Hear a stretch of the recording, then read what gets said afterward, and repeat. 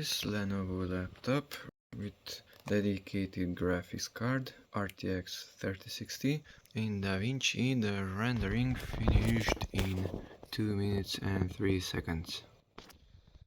Now let's try the same thing on the other Lenovo laptop also.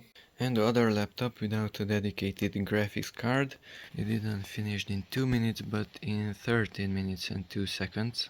So in conclusion, the laptop which had a dedicated graphics card finalized in 123 seconds, and the other one without a dedicated graphics card in 782 seconds. So without a dedicated graphics card, the laptop rendered 6.3 times slower.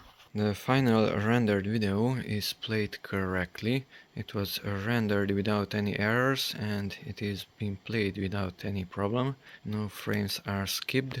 The playback is fine on this laptop. No errors. The heat is being released only here on the right side. No heat is coming here on the left side. Only in this portion.